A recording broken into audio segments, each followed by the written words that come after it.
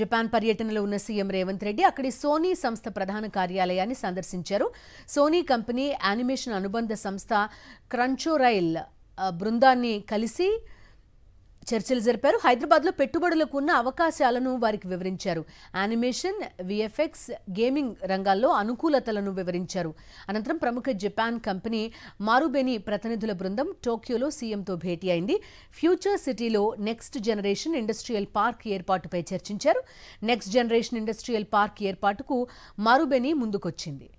మొత్తం 600 ఎకరాల్లో 1000 కోట్ల పెట్టుబడితో పార్క్ ప్రతిపాదనలు తీసుకొచ్చింది. సీఎం రేవంత్ రెడ్డి సమక్షంలో లెటర్ ఆఫ్ ఇంటెంట్ పై ప్రతినిధులు సంతకాలు చేశారు. ఈ ప్రాజెక్టుతో సుమారు 5000 కోట్ల పెట్టుబడులు వస్తాయని అంచనా వేస్తున్నారు. ఫ్యూచర్ సిటీలో అభివృద్ధి చేసే మొట్టమొదటి పార్క్ ఇదే. సుమారు 30,000 మందికి ప్రత్యక్ష, పరోక్షంగా ఉద్యోగ అవకాశాలు లభించనున్నాయి. దేశంలోనే తొలి నెట్ జీరో సిటీగా ఫ్యూచర్ సిటీని అభివృద్ధి చేస్తామన్నారు. ఇక్కడ పెట్టుబడులు పెట్టేందుకు మారుబెని ముందుకు రావడం సంతోషమని సీఎం రేవంత్ రెడ్డి తెలిపారు.